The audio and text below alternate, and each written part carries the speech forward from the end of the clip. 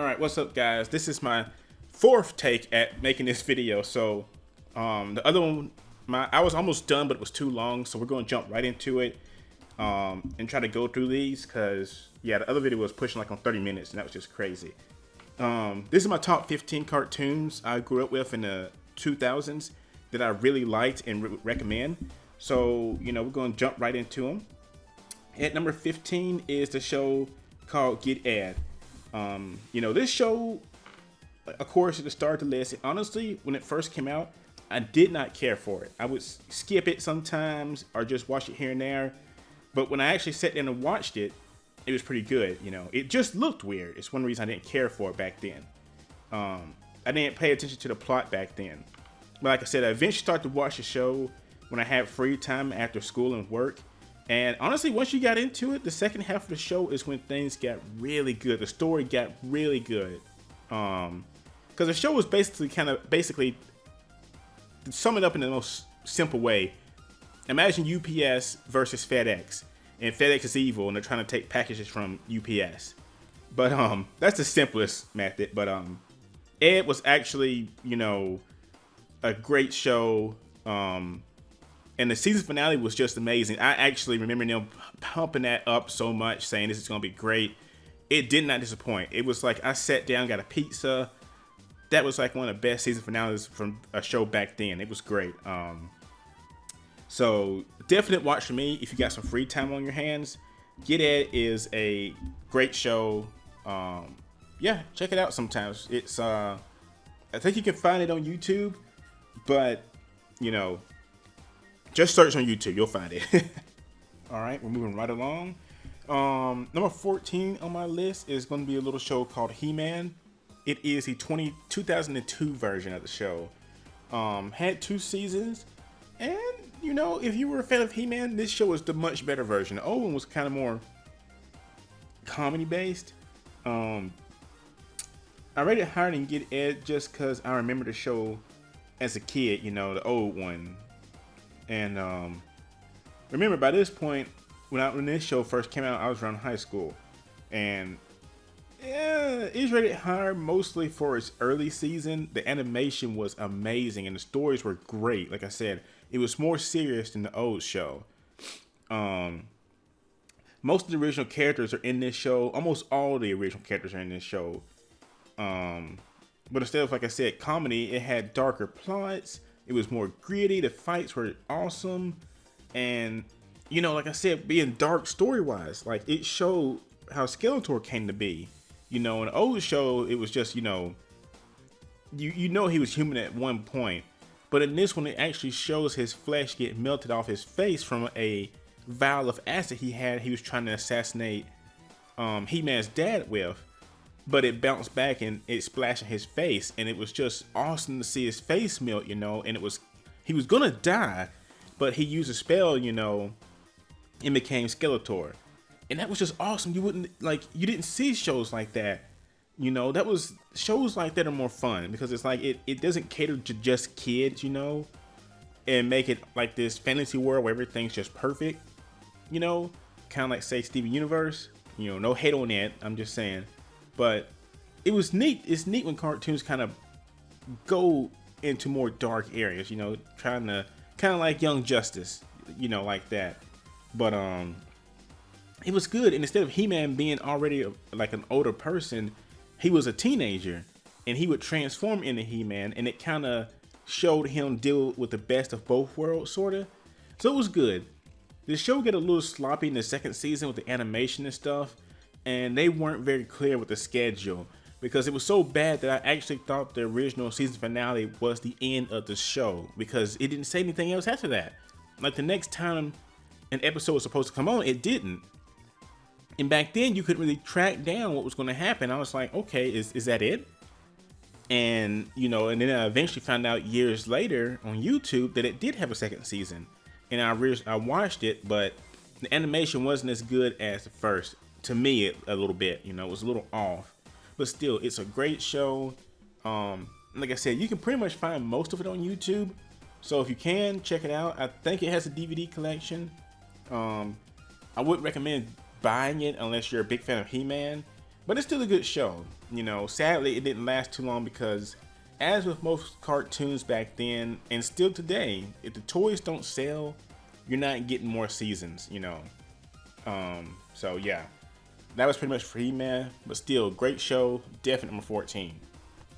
All right, moving right along, we're going straight to number 13. Number 13 is a show called Chowder. Kind of a comedy on Cartoon Network. Really great show. When I started, honestly, I think I started disliking a lot of new shows when they first start. Some are just bad, honestly. But Chowder was just fun. It's up there with Flapjack, and honestly, I have no idea why I left Flapjack off this list. I guess because it came to me after I made it. Because I love Flapjack. Like, if I had to compare it, Flapjack and Chowder would be both number 13.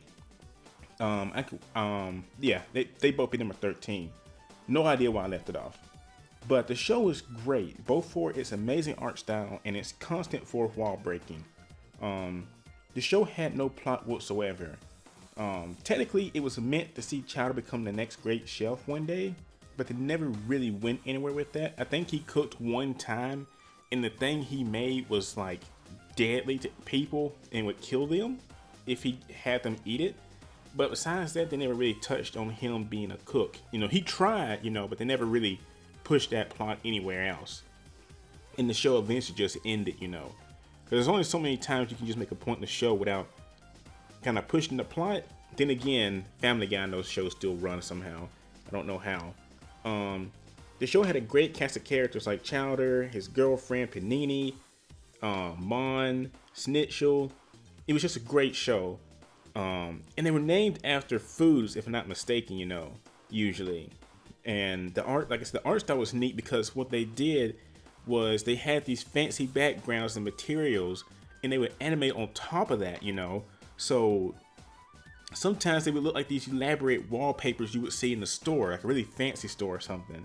And it was just great, and they had so many fourth wall breaking jokes. One of the best ones was they had the Cartoon Network watermark in the bottom right hand corner, and they pointed it out. Chowder's like, can you get rid of that, because he's trying to clean the screen, and he's like, no, that one's kind of permanent, and like he tapped on it, and that was just great. While it's not a show I would care to marathon all day, I can watch several episodes, it's still a pretty decent show to watch, when you have some free time in the afternoon. So if you do have that, give it a view. But like I said, I probably wouldn't marathon it, it's not really a marathonable show, just because it's, like I said, such a loose plot line of a show. So yeah, check it out sometimes. You got some free time. Alright guys, next up on my list is a show I'm sure many of you know, and that is Invader Zim. Number 12. Okay, this show was just great, honestly. And it could have been within the top 10, but I pushed it up 2 spots because it wasn't bad in any way. I just pushed it up 2 spots. It was a great show. It was both a surprise that Nickelodeon would air a show like this, because before this, there weren't many shows like Invader Zim on Nickelodeon's network. You expected more shows, Rugrats, Doug. And this is when Nickelodeon started pushing for more shows like this to get more viewers, older kind of teenage years, it felt like. It was a surprise. And the art during, like I said, these early years in Nickelodeon it was neat. The dark humor and the animation were a welcome entry. The characters were also another shining point. Instead of just only, 1 or 2 characters having special rights to the show, pretty much, and being involved in the action, every character had a unique role, because almost every character had an episode based around them, sorta. From Dib and Gur to Gaz to random townspeople being caught up in the action of Zim's schemes just going completely wrong and stupid. One of my favorite jokes that I enjoyed back when the show first came on was one. I want to say they were robbing a bank, or they were confused with being robbing a bank, and as they were escaping, he was riding on Gur, but Gur crashed, and he's like, Gur, what happened to the fuel, that you had, he's like, I took it all out. He's like, for why? And he was like, to put in the tuna, because Gur can't eat tuna. He's like, I know, that was just, it was one of those. It's like you have to see it in action to understand that joke, but it was just so fun to first see it. Like I said, shows like this I've always also had back in middle school years, had crushes on kind of emo golf characters that they stuck in a lot of cartoons back then. So back in middle school I had a crush on Gas, But the good thing about Zim and like other shows in Nickelodeon's early years, like say Rocco and Hey Arnold, it's getting a movie, that ties in after the series. I don't know if it's going to actually wrap the series up, but I'm still looking forward to it anyway. Haven't heard anything else on it or the Rocco's Mother Knife movie after Nickelodeon went through some management shakeups. So I'm still hoping these two movies still come out. But if you have a chance, like I'm going to say for all these shows, give it a watch, because Invader Zim is really good and it has a strong cult following. Not like the crazy cult that goes out and does crazy things, but it has a very pretty good fan base. Like it's not one of those aggressive fan bases from what I've seen so far. So yeah, give it a watch. All right, number 11 on my list is, of course, I say of course, but you wouldn't know, is TMNT from the 2000s, or TMNT 2003, I believe, when it came out. As a fan of the classic telling of the show, sometimes change can be hard to accept, but this was in the better because many don't know, but the original Teenage Mutant Ninja Turtles was actually a comic book, and it was pretty dark. I mean, it was dark. Casey Jones killed a kid, that had jumped him, of course, but he still killed the kid. And the 80s cartoon was more joke-filled and stuff, but the 2003 series was actually good. And I can understand why some may not have liked it right away, because I didn't also, because I was like, man, it changed a lot from the old show, but like I said, following its origins, it's a little bit better. Like I said, I had no idea how it would turn out, but it was still good. Everybody was pretty much the same, Leonardo's still the leader, Michelangelo still the goofy one, but they were just more mature. And the show had an overall more mature theme. I mean, it was good. I mean, they killed characters. Baxton, I believe his name was, he literally lost a body part every time he failed. And while they didn't show it, I mean, Shredder pretty much cut the dude up until he was nothing but a brain, But it wasn't too adult, but it was good though. It was a nice change. The intro was fun. Definite watch if you never get a chance to. This show had a ton of villains from the old show. It had a ton of new villains. The Foot Clan, all that stuff, the Purple Dragons. And it tried to show everything. And April O'Neil was probably the biggest change. She was more, I won't say she wasn't able to do anything on her own, but she still was kind of in between that phase of she didn't really do anything. And in later seasons, she could fight a little bit. And then they went full-fledged. She could fight in later shows. The show has some great plot elements, great season finales. Shredder dying, it brought in Karai, and it had Leonardo and Karai. It had their kind of relationship, which built upon in the Nickelodeon show, which I enjoyed. I wish they really went through with that more, because I really hated the season finale for the Nickelodeon show. That was the dumbest ending they could have done, because it answered almost nothing. But yeah, it was, it was good. It was just a great show, Seeing the Turtles battle Shredder, literally bent on killing them, was just fun. Like I said, I just wish Karai and Leonardo could have tied the knot or something, but still, this is a definite watch if you never ever get the chance to. It's a great show. It's on DVD.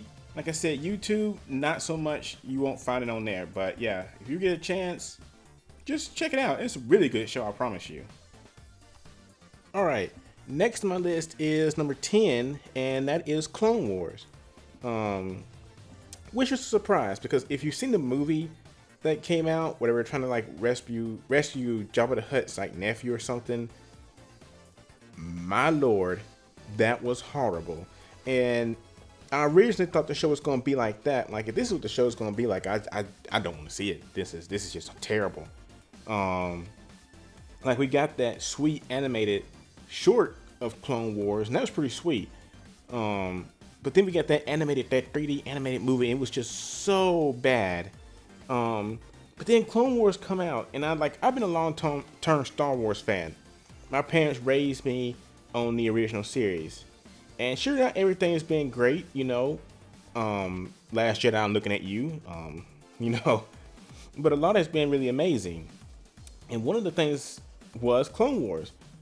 And, you know, it's hard to explain, it was just great. It was good. It told darker stories. And I know I said darker stories for some shows, but when I say Star Wars, characters actually died. It was good. It was great. And the character doesn't have to die for the story to be great, but it's the storytelling method of how Star Wars went about it. Like, you got attached to certain characters, or they didn't just kill anybody just for any reason. They had a story behind it. It was different from Western animation too, because it actually looked good. It was like 3D animated and it actually looked good. The fights looked amazing. You know, it was just so good. It was not, like I said, I know I say dark a lot, but it was just, like I said, the more mature storytelling. It wasn't for kids so much, but as the show went on, the plots got better. It was just amazing, and it was just great. This is definitely a show I would recommend watching. Like, seriously, this one I would actually sit and watch a marathon of it. It was just that good. Characters died, there were betrayals, there was great character development, and like I said, just large overarching plots. I mean, the plots were just amazing. And if you're a Star Wars fan, it's a definite watch. You have to watch it. And just in general, if you're not even a Star Wars fan, it was still a good show. I've met many fans that hold the same thoughts and think this show is one of the best animated pieces in Star Wars history. And like I said, I agree. So, guys, if you haven't watched it, give it a shot. It is just amazing. Like, seriously, but definite number 10. It's just like, not ashamed to say it. All right, guys, what's up? We're moving on to number 9. You know, God, this list, I wish I made it just 10, but you know, number 9 is going to be Static Shock. You know, the theme song, you know, Superhero Static Shock was just awesome when I was growing up. It was just awesome. It was a great show to follow as a kid. Now, I don't want to say I was a kid. I was older, you know. When I say kid with most of these shows, I was like, I was about 13, 14. They were my teenage years usually. They were my teenage years. And we didn't see heroes so close to our own age and actually be good. And Static Shock was just a great show. It started off kind of slow, and it really played into that trope of, you know, young black kid raised in the ghetto, and all of his friends are these hip hop loving, you know, just kind of rugged. I won't say rugged, but you know, they kind of had that vibe, like Ebon. You know, he was kind of like this rough gangster type guy, and it's just like, you know, it tried to show that, yeah, it, you know, shows that kind of portray that, like, not all black people live in the ghetto or have it tough all the time. Sometimes yes, but when they portray it like there's always going to be this, the villain's always going to be this hard edge, you know, black guy who seems like he has nothing going for him, and it's just not true. But he was a fun hero of color, you know. It didn't act like some aggressive adult, because a lot of shows try to portray, you know, heroes like that as aggressive. And I never like being pandered to. I know a lot of people do, especially this generation. They like shows that, you know, you have to stick, like, you have to stick a black character in here, or you have to stick a, you know, insert whatever you want to stick in there nowadays. Like, no, and the show didn't really feel like it was pandering to anybody, because it literally had a cast of all kinds of characters. And in one universe in this show, I mean, Static actually married one of his classmates, you know, as an interracial couple, and that was kind of neat. But it never felt like it was just pandering, saying, you know, arms up in the air, screaming, "Yay, black people!" You know, I know that's odd, but that's, for me, it was just, I never liked that. The show had a ton of villains, and it even mixed in the Justice League in later episodes. You know, he had to help them. And even in the Justice League, he came into the group later on, and he was actually a member, and actually a pretty powerful member. He fought the Joker, he fought Brainiac. It was, like I said, a great show. Static Shock is definitely in my top 10. I go on YouTube while at work sometimes just to listen to cartoon intros, and Static Shock is always one I'll listen to. It's good. Usually second season is probably the best, I think. The first didn't really have any vocals to it. It was decent, but number 2 really got you excited for the show to start. But yeah, definite number 9 is, it just has to be Static Shock. It couldn't be anything else for number 9. So going on. All right, number 8 is gonna be El Tigre. Growing, like I said, in the 2000s, or in shows in general, one thing I really liked are shows that delve into Spanish culture, because they have so much they can build off on, and it's always neat. Like I can't think of one Spanish show that's been bad besides Dora the Explorer, just because she always asks me what I'm looking at least 3 times. Like, Dora, it's right there, go get it. But El Tigre, you know, was a show about a young hero who lived in a family of other heroes. You know, his granddad was a villain, his dad was a hero, his mom was a villain, and it was just fun to see that play because he tried to do the right thing. He was mostly a hero, but at the same time, he had villainous urges, and he would bounce between both worlds. You know, because sometimes a girl would flirt with him, but she'd be a villain. I think she was like a vulture. Like I said, his granddad would rob banks, and they all knew this stuff. Like, they knew he was, like, their grandparents were evil. And seeing him do this back and forth was just fun. And even in the season finale, they had him. We had to vote. You know, they did that back in the day. They don't do it much that I see nowadays. I think it was where you could call in or text, saying if you wanted him to be evil or good. And the season finale was basically built upon, like, he had to make a choice to become a villain or become a hero in the end. And I believe he became a hero and stuck with it. I really wish they brought the show back. That show was really good. I mean, El Tigre was honestly just got the representation in it, and everything was just awesome. His mom, holy crap, people like using the word thick. You know, I don't like using that word because it sounds annoying, but she was, my God, you know. But she was also a badass villain. You know, she was awesome. I wish they played more on her, but they didn't really show, you know, her fight that much. I think it was like maybe 2 or 3 episodes where she kind of switched back to her villain personality or persona, but they didn't build on it. But El Tigre is a definite number 8. If they have a DVD set, I want to buy it when I get me a house. I'm just trying to wait. I don't know why I waited to buy this show for so long, but it's just good. It is awesome. Like I said, if they have a DVD, buy it, because I know it's not on TV, and you can barely find anything on YouTube for it, you know. So check it out if you can find it, you know, because like I said, it's pretty hard to find. Nickelodeon is kind of strict with that show, of any. I don't know why, but yeah, El Tigre is kind of hard to find. So, you know, okay, yeah, so keep going. All right, number 7 is The Weekenders. Not much to say on this show. You know, I'm going to try to shorten up what I'm saying on some of these shows, because it's, you know, I'm trying to get this video to go too long, but I will kind of rant and ramble about shows that I really like. But The Weekenders, I like it because it was a show based, like I said, around the teen years of me, and the show's kids were teenagers, I believe, and the show didn't have any like supernatural things or stuff like that. It was just a basic show about teenagers living their life, kind of like that show 16.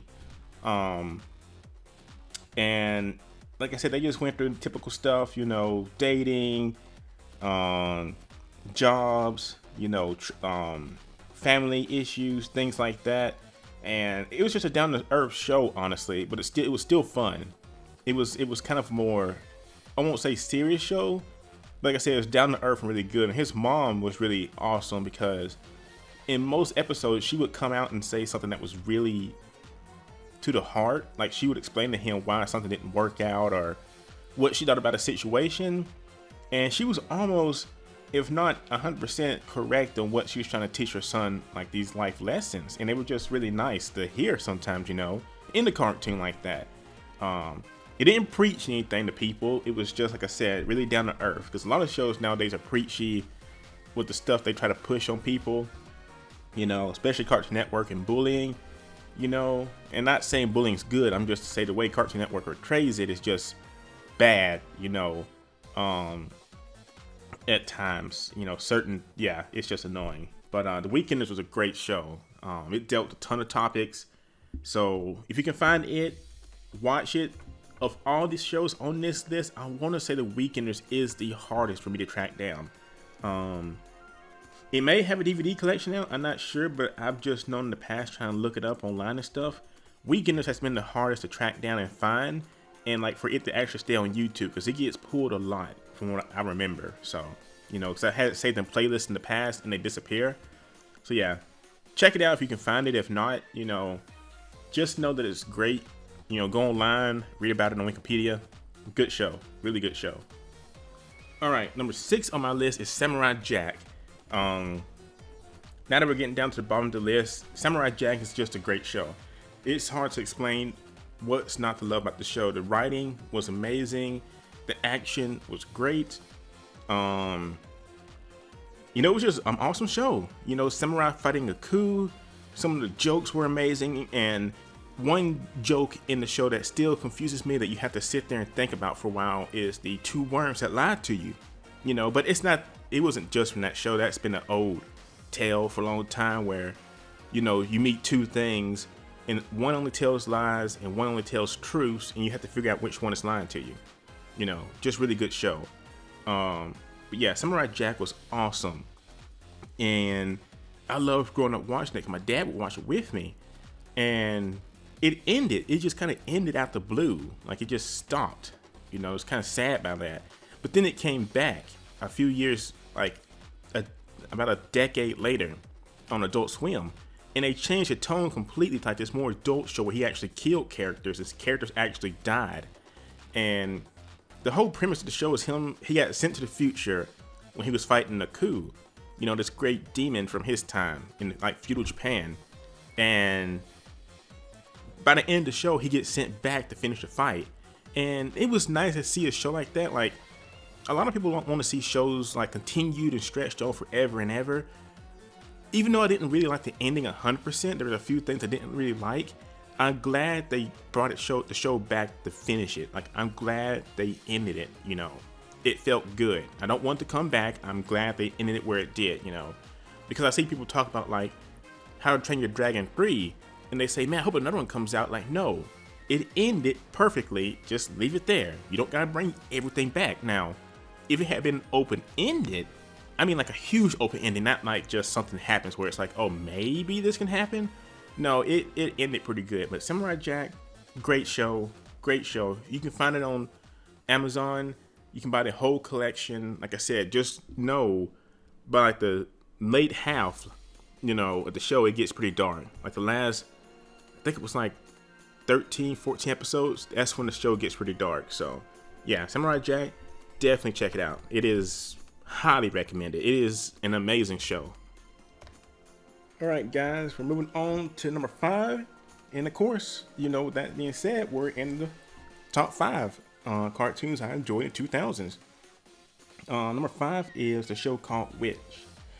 A lot of young people and just some people in general like to assume, you know, and I know it can be tough, but a lot of people like to assume like girls can never do anything and they never had any shows, or, you know, they're not on TV, and, you know, girls can't do this and that. And while that's, you know, some people do give girls a hard time, there have been tons and tons of great shows and video games with female leads, in which was an amazing show in the 2000s that was just awesome. Like I said, it was a show back when I was younger, my teen years. I want to say it was about 16, 17 when this show came out, and it was just a great show. Of course, you know, you had the 5 girls, and each one was named after, you know, that's where the name Witch came from. They had a catchy intro and great stories. And the girls weren't perfect. That was the best thing about it. They weren't perfect. They all had their own issues to overcome. The villains also wanted them dead and not simply to play around with them like some TV shows did. Like they actually wanted to kill them. The one thing that was annoying was the show had a hard time balancing their powers, where sometimes it seemed they were OP and other times they struggled with what seemed like a weak enemy. But regardless, the show went for around 5 seasons, and I enjoyed every moment. the last season was more like side stories, kind of like there was no overarching plot really, but it was still good. Like the villains were great, the story was great. Like I said, the characters weren't perfect. That was the best thing about it. Like at first they struggled, like some of them didn't even like each other, but over time they, you know, came to learn their powers. They weren't just given these powers and all of a sudden, boom, they could do this stuff. Like say Ray from episode 8. You know, Ray episode 7 was perfect, you know, but 8 was just horrible. You know, how they did her. Like she could just beat these elite guards without training. Like I think she practiced against a rock and she beat these elite guards somehow. But in Witch, you know, the girls had to learn the powers, and by the end they were like these OP beasts because they learned how to use them. And it was just a great show. Witch is, most of it's on YouTube. All my top 5s you have to watch. You have to watch. Witch was great. Witch is like, I'm not ashamed to admit it either, because when I first watched it, I was a little afraid, like, it's an all-girls show. People are gonna make fun of me for watching this show, you know. No, the show was just badass in every way possible, you know. I know it doesn't matter nowadays, but then, you know, like I said, you know, great show. Watch it. I'm gonna go watch it when I get through with this, actually. You know, great show. Go watch it. Alright, number 4 on my list is Avatar: The Last Airbender. I'm sure now this is a show we've all seen, so it's no telling people to go watch this one. This show was great. You know, when it first came out, again, I didn't know what to think of it. It looked cool, but I was like, man, what is this show about? But boy, oh boy, what a good show it was. Aang was just amazing. His character was so well written, you know. Seeing him struggle to become the Avatar, you know, having to go through learning, you know, from airbending to earthbending to firebending, like seeing his transition through all the stages to learn, you know, to save the world basically, which is awesome. You know, his friends are great. Sokka and all of them. The stories were so well written, and it's one show that definitely got darker as the show went on. Like it started off light. You know, you had a few fights here and there, a few people died, you know, but it wasn't too just serious at first. I want to say on a scale of 1 to 10, it's like a 6, maybe in, you know, storytelling and intenseness. And then by the end of the show, God, like when Combustion Man came around, I mean, the dude blew himself up, you know, he killed himself. The show just got wow. When you met Zuko's sister, I gotta forget her name right now, I'm sorry. You know, seeing her, how like psychotic she was, you know, how much she wanted to kill Aang, you know, was just great. And I do not think there's been a Cartoon Network on Nickelodeon that has garnered as much as attention as its season finale did. Like, I remember when my grandma was still alive, I was at her house watching TV, and they were advertising that season finale like nobody's business. It was hyped up, sorry, to be the biggest thing. It was crazy, and it did not disappoint. Like, you know, some season finales come out like, say, Steven Universe's. It answered a few questions, but it felt unsatisfying. It was just a letdown to me. The Last Airbender, when it came out, seeing the fights, holy crap, when Aang got his avatar state back and went off, it was awesome. So it's a definite number 4 for me. God, the show was great. It was probably, like I said, one of the best shows ever on Nickelodeon's network. And they came back with another season, but it was nowhere near as good as Avatar: The Last Airbender. You know, it was okay, you know, but it did not pull in like it did The Last Airbender. It was decent, but God, Last Airbender was just awesome. Seriously, this definitely number 4, definitely. All right, guys, we made it down to the final 3. These are shows that I could watch at any time and enjoy, or they just mean a lot to me. Number 3 is Super Robot Monkey Team Hyperforce Go. You gotta say the whole thing. That show was amazing. It came on around high school, and you know, it was just great. Mark Hamill was in it, for goodness sake, and the story was great. It started off as usual. when shows like this first start off, you can see there's a bigger plot to come, but they start off really slow. And a lot of the early adventures are really goofy, you know. I believe in one episode they fought fast food that turned into like monsters, and they were fighting the Skeleton King, voiced by Mark Hamill, and it was just so awesome because it wasn't really anime, but it played back to a lot of old anime tropes, like the giant mechs combining, a super team that fights villains, you know, weekly villains, and it was just good. And each season finale was just amazing. The end of it, one of the main characters actually died, and like I said, even though he does come back, for them to have the guts to kill a character off was great. Because the heroes didn't win. They did not win that fight, and that was awesome for a season finale. It's like, okay, we're gonna beat this villain. You know, they basically decapitate this giant worm. Okay, it was like this earth-destroying worm. It was like an ancient kind of god demon thing, and they decapitate it. And they think they killed it, but technically they didn't kill it. What it did, it just grew. It was like a centipede, not a centipede, a lizard. You know, when they lose a body part, they can regrow it.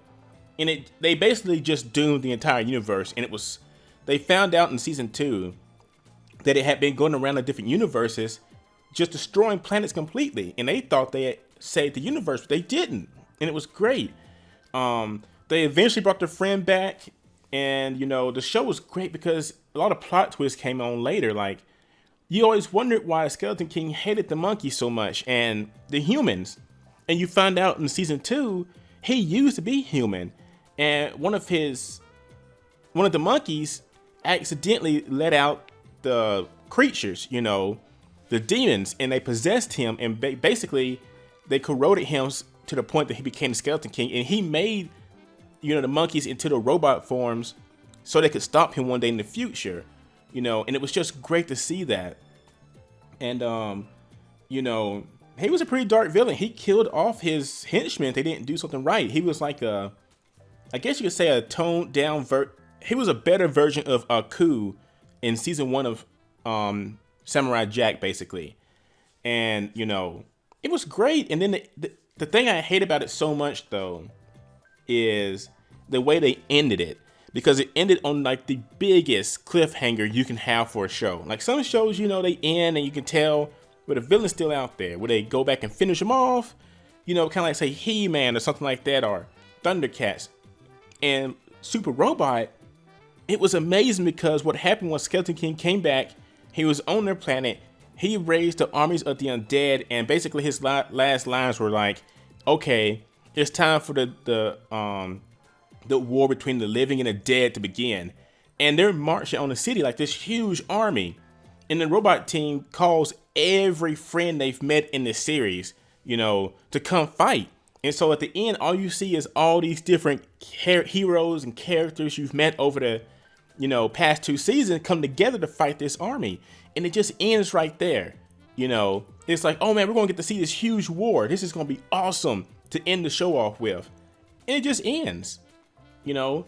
But this would be one of those shows where I mentioned earlier where not every show needs to be continued to be great. If they continue any show, this one needs one. Not to continue it so much as like a whole new season, but just like a movie to wrap this up, you know, kind of like Samurai Jack did. It's where you lead the plot so much on the cliffhanger, you have to finish it, you know. Like I said, some things like say, How to Train Your Dragon doesn't need to continue. That ended perfectly, you know, but still, Super Robot Monkey Team Hyperforce Go is dear to me and I love it so much. It is a great show. You can find season 1 and 2 online. Thankfully, somebody uploaded them, so give them a try. Hopefully they never get pulled down because, like I said, they're a great show. Get out there and watch it tonight if you can, actually. All right, number 2 on my list is Courage the Cowardly Dog. Courage, my God, this show is one of the best shows out there. And honestly, it could easily have been number 1, if not for memories I had my dad with number 1s. We'll get to that. But Courage, I originally found this show, my sister got her tonsils taken out. I had no idea it existed. And see, the thing, like I said, kids take for granted today is you get these networks with cartoons 24/7. I didn't have that growing up, you know. Most people didn't have that growing up. that are in their 20s and stuff like that. And like I said, we didn't have networks like that. And even back then, a lot of networks now, like the basic channels, will include Cartoon Network and stuff like that. Sure, you don't get Toon Disney, but Cartoon Network's usually included, or you can go online and watch it. But back then, I didn't have Cartoon Network. I didn't get Cartoon Network until Toonami was around the start of the Boo saga, I want to say. Or no, I got Toonami around when Reboot was still on there. You know, Reboot and Frieza, and then the Boo saga came out. And Courage, you know, when we finally got Cartoon Network, I was like in my late teens. Just wow, the show had such a great atmosphere. It was like the dark humor was so great, you know. He had the villain Cats, and some of the topics they went over, you know, they had like the mad scientist that wanted to make everybody depressed like him. Him shooting cannonballs like shadow bolts in World of Warcraft through walls and everything. And poor Courage got the worst of it. He got beat up all the time, and he's just always screaming and yelling. And you know, there was never a set villain. It was always like these villains of the week kind of thing. And poor Courage, his family gave him so much grief. You know, not so much Muriel. You know, she loved him, and she didn't give him so much grief, but they never believed him when he was telling him, "Hey guys, we're being attacked by these demons and stuff outside our house," you know, and they didn't pay attention, and he had to give his life up all the time to save them. And one of my favorite episodes was the Cannonball episode. Cannonball. I'm trying to mix Shadow Bolt and Cannonballs, but the Cannonball episode was my favorite. And that one, and I want to say the one where he like returned the slab. That was pretty sweet right there. And some episodes really got to you, like make you like feel bad, like the squid that died giving birth to her kids because humans on Earth put her in like a lab experience to see like where she came from and stuff, and they basically killed her. And her husband got ate by a space whale before that. As goofy as it sounds, it's sad because he basically throws her away and gets himself killed to save his wife, and it was just so touching, you know. And like I said, Courage is, some episodes are kind of spooky, you know, in kind of a dumb way, but Courage is a show that like I said, if they ran a 24-hour marathon, I would watch every episode of Courage. It is that good of a show. Like, I can't say that for every show on this list, but Courage is definitely one that, even if I, like, the last 5 minutes of the show, I will watch the episode, because sometimes, you know, you're like, oh, the show's almost over, why watch it? Courage, I would drop everything to watch it. It is amazing, you know, and my dad, you know, he liked it too, because, you know, we were both in the waiting room when we were watching the Courage, you know, my sister getting her tonsils taken out. He really enjoyed it. All right, I think the Courage bit cut off before I could finish it, you know. I was just saying it meant a lot to me and my dad back when we were watching this, you know, because he found it really goofy and he liked it, but it meant a lot to me. But this is a show, like I said, I definitely watch anytime. It is just that great. But anyway, moving on to number one. Number one is going to have to be Justice League that came on Cartoon Network. My God, that show did the comic so much justice. Because a lot of cartoons nowadays are so stupid. Like, Steven Universe, I keep bringing that up. That show is good and bad at times. What's a better example? Teen Titans Go, I guess you could say. Or the new, you know, something like that where they make it too goofy. But I know kids like that kind of stuff nowadays, but still. Justice League was one of my favorite shows. If I had a top 10 list for everything, it would literally be on it. It would be in the top 10. I would watch these shows on the weekend with my dad because he used to collect comics before he devoted more time to raising us, you know. And when this show came out, he would watch it all the time with me, and it meant a lot. It was another one of those animated shows that stayed true to the characters they were based on, including the costumes. They didn't try to, you know, cover up anybody or anything like that. Everybody wore the same tights, butts hanging out, all that good stuff. It was true to the comics. Nobody got offended back then about that kind of stuff. The stories were amazing, not shying away from topics like other nations trying to use heroes to fight wars or, you know, use them as trump cards. Like, you come to our nation, we got this hero right here that's going to stop you. The intro got you pumped for the show. Both of them. You know, the first season was okay. It was okay. This is going to be a pretty sweet show. Oh my God, Justice League, the JLU its intro, holy crap, it got you excited. Like, if you were in the kitchen, you heard it playing, you would drop your dish and take off to see it. It was amazing. It was just the best intro. Go listen to it. It's awesome. It started heavy and it kept up until the show started. The show is great in the fact that it showed so many heroes and villains. In the past shows, in past TV shows, you know, you maybe see Batman, you may see Superman show up every now and again, you may see Green Lantern, and like, you know, they kind of show a hero, maybe 2 or 3 heroes at a time. Justice League, holy crap, they went through almost everybody. They gave everybody a time to shine almost. You know, from Green Lantern, Superman, Power Girl, Batgirl was in it one time, Static Shock. It was just all the heroes. It was awesome. But in JL, they would literally pull villains from everywhere too. You know, Gorilla Grodd, Lex Luthor, and they would have the League of Villains and stuff like that, Legion of Doom, you know. And God, it was just an awesome show. I can't explain how awesome it was. It seemed like everybody was fair game for this show. And I'm really sad it ended, you know, because it was just so awesome. But I guess toy sales weren't what they wanted, you know. Toy sales are everything, you know. And like I said, Justice League was awesome because, like I said, a lot of shows today can get a lot of get really preachy. But back then, like I said, this show was awesome. They did bring out Young Justice, which is close enough to it that I still like it. Yeah, you don't get the same number of heroes like you did in Justice League, but that show is so good. Holy crap. And the new season 3, I forget the exact name. It's like just Young Justice starts with a U, I think. Uncovered or something like that. I forget. I'm so sorry. Invasion. My God, I'm sorry. Outsiders. I'm sorry. But this new season is really good. It's so dark. Like, you know, they actually show characters being killed, like getting decapitated and stuff. Sadly, it's only on their little streaming network, but some people are generous enough to post it on YouTube. And if you get a chance, check it out. Check out Justice League. You can find a lot of episodes on YouTube. They're split up, you know, I'm guessing to keep up with copyright, but it's a great show, like I said. But it is my definite number 1. And those are my top 15 cartoons of the 2000s, which I'll include in the description. I hate this video went a little too long, but, you know, I wish I had somebody I could talk to, like, through most of these shows, because you get so into it that time just flies when you're talking about them. You know, you get so excited and stuff. But, yeah, these are my top 15. I finally got it done, so, you know, I can finally wrap that off my list, you know, because it took forever to get this done. But, yeah, definitely. I love Justice League. It's my number 1, you know. And Courage would be a close first 2, but it's number 2. So, yeah. But that's it, guys. I got more stuff to work on, but until later, I will talk to you guys, you know. So, later.